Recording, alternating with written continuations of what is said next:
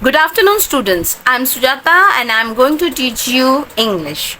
Class, yesterday I have given you this exercise to do at home and I think you have completed it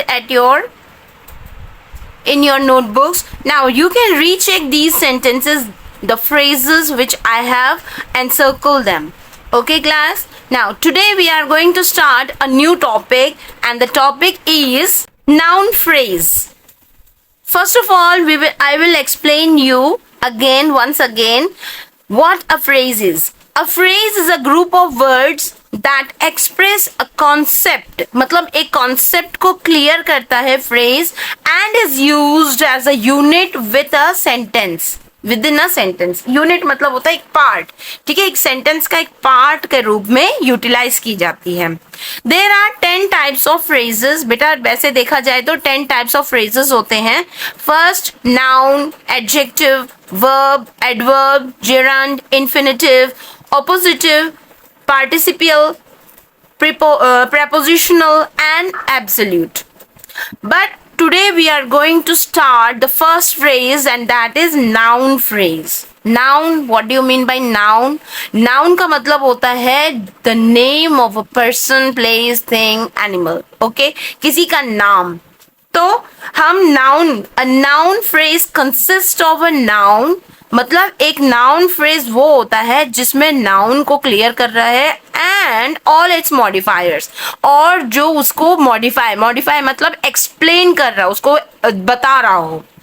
जैसे कि the bewildered traveler was lost. bewildered मतलब होता है confused, परेशान traveller जो था वो खो गया. तो यहाँ पे देखो ट्रैवलर कैसा है, bewildered.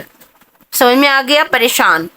The senile old woman. See, the senile old woman is your phrase. Senile मतलब होता है बेटा कभी कभी ना बुजुर्ग होने पर थोड़ा मेंटली प्रॉब्लम हो जाती है, मतलब याद रहना कम हो जाता है, या किसी चीज के बारे में वो लोग बार बार सोचते रहते हैं, अरे ये क्या ऐसे करके. ठीक है, तो senile old woman was confused. The lost puppy. अब puppy क्या हुआ, lost. ठीक है, द लॉस्ट पपी, इसीलिए ये देखो द लॉस्ट पपी, तो पपी कैसा हो गया, खो गया puppy. Was a brown and फरी डॉग. सो वो डॉग कैसा है, ब्राउन एंड फरी. सो नाउन को हम मॉडिफाई कर रहे हैं, नाउन के बारे में एक्सप्लेन कर रहे हैं, इसीलिए इसे हम नाउन फ्रेजेस कहते हैं. ठीक है, next one, the clinic had seen many cases of infectious diseases. Clinic ने कई केसेस देखे हैं जो इन्फेक्शियस होते हैं, जो छूने से फैलने वाली बीमारियों को देखा है.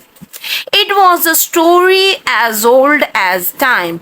A story as old as time. जैसे कि हम बोलते हैं ना, long time, वो पुराने समय की बात, एक कहानी थी, मतलब पुरानी कहानी है. ठीक है, समय, तो उस चीज को हम यहाँ पे सेंटेंस में कैसा बोला गया है, a story as old as time. The sports car कैसा है, sports car, drove the long and winding road कैसी है, long and winding. Sunday became a cool wet afternoon. School Sunday कैसा बन गया, अ कूल वेट आफ्टरनून. ठीक है, बड़ा ठंडा और गिलगिला, मतलब बारिश का सीजन जब होता है ना तो हो जाता है ना ऐसा ठंडा सा, वैसा वाला आफ्टरनून. कुछ और एग्जांपल्स मैं आपको दिखाती हूँ. We enjoyed climbing the mountains. Climbing the mountains. बेटा मैंने आपको एक चीज बोला है कि सेंटेंस जो फ्रेज होते हैं ना, उसमें वर्ब आता है, ठीक है ना, सब्जेक्ट आता है. अब आप बोलोगे मैम इसमें क्लाइंबिंग तो वर्ब है, ठीक है, लेकिन इस सेंटेंस में वी जो है वो एंजॉय कर रहा है, ये है मेन वर्ब. ठीक है, अब माउंटेन को एक्सप्लेन करना, माउंटेन के साथ क्या करेगा, माउंटेन हम लोग मोस्ट प्रोबेबली माउंटेन के साथ कहते हैं ट्रैकिंग मतलब क्लाइंबिंग करते हैं, तो इसको एलैबोरेट कर रहा है, इसीलिए ये जो क्लाइंबिंग द माउंटेन जो है आपका नाउन फ्रेज है. ऐसे ही एक और सेंटेंस है, did you enjoy reading the book.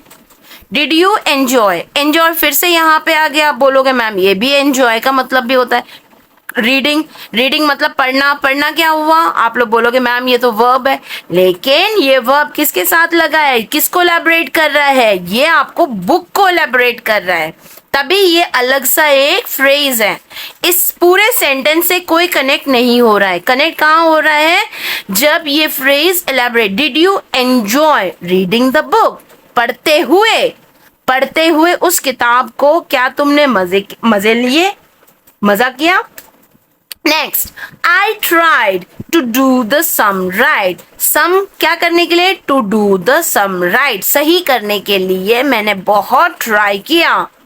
ठीक है, सो इस तरह के सेंटेंसेस मैंने आपको एक्सरसाइज करने के लिए, अब आपको समझ में आ गया होगा नाउन फ्रेज क्या होता है। तो नाउन फ्रेज से रिलेटेड मैंने कुछ एक्सरसाइज दिया है जिसको आपको अंडरलाइन करना है। Okay, so these are the assignments I have given you to do at home. ये आपको प्रैक्टिस के लिए मैंने दिया है। अगर आपको इसमें कोई भी प्रॉब्लम हो रहा है तो please comment me in my comment section. Okay, and if you like this video, make sure to hit the like button, subscribe to my YouTube channel and press the bell icon for more updates. Okay class, take care, bye bye.